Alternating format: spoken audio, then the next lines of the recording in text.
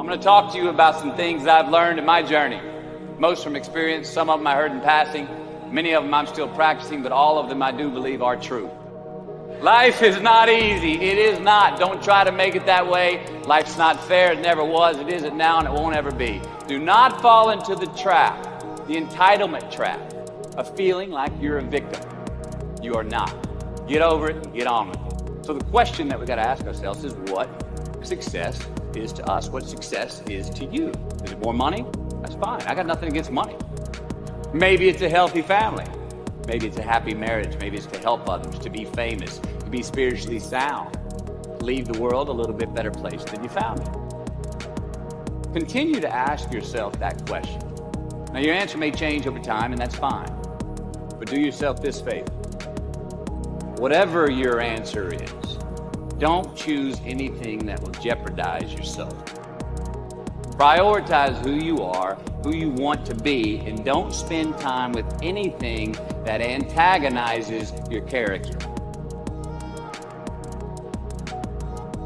Be brave, take the hill, but first answer that question, what's my hill? So first, we have to define success for ourselves. And then we have to put in the work to maintain it. Take that daily tally. Tend our garden. Keep the things that are important to us in good shape. Where you are not is as important as where you are.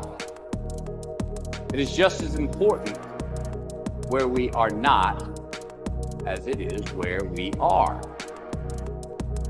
Look, the first step that leads to our identity in life is usually not, I know who I am. I know who I am. That's not the first step. The first step's usually, I know who I am not. Process of elimination. Defining ourselves by what we are not is the first step that leads us to really knowing who we are. You know that group of friends that you hang out with that really might not bring out the best in you? You know, they gossip too much, or they're kind of shady. They really aren't going to be there for you in a pinch. Or how about that bar that we keep going to that we always seem to have the worst hangover from?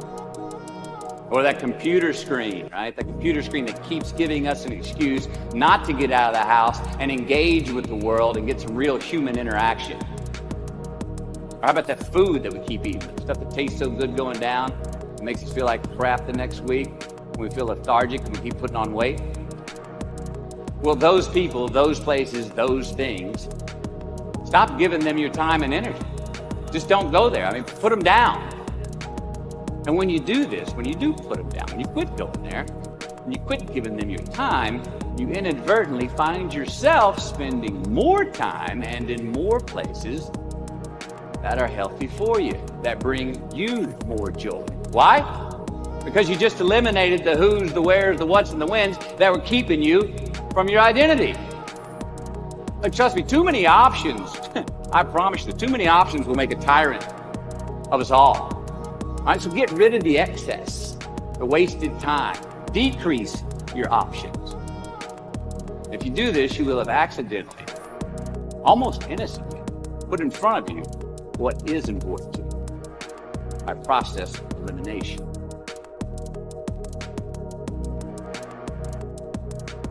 Knowing who we are is hard. It's hard. Give yourself a break. Eliminate who you are not first. You're going to find yourself where you need to be. Instead of creating outcomes that take from us, let's create more outcomes that pay us back, fill us up, keep your fire lit, turn you on for the most amount of time in your future. We try our best, we don't always do our best. Well, architecture is a verb as well. And since we are the architects of our own lives, let's study the habits, the practices, the routines that we have that lead to and feed our success, our joy, our honest pain, our laughter, our earned tears. Let's dissect that and give thanks for those things. And when we do that, guess what happens? We get better at them, and we have more to dissect. Be discerning. Choose it because you want it. Do it because you want to.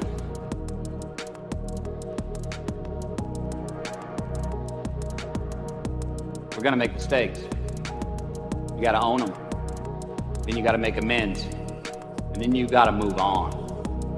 Guilt and regret kills many a man before their time. So turn the page. Get off the ride.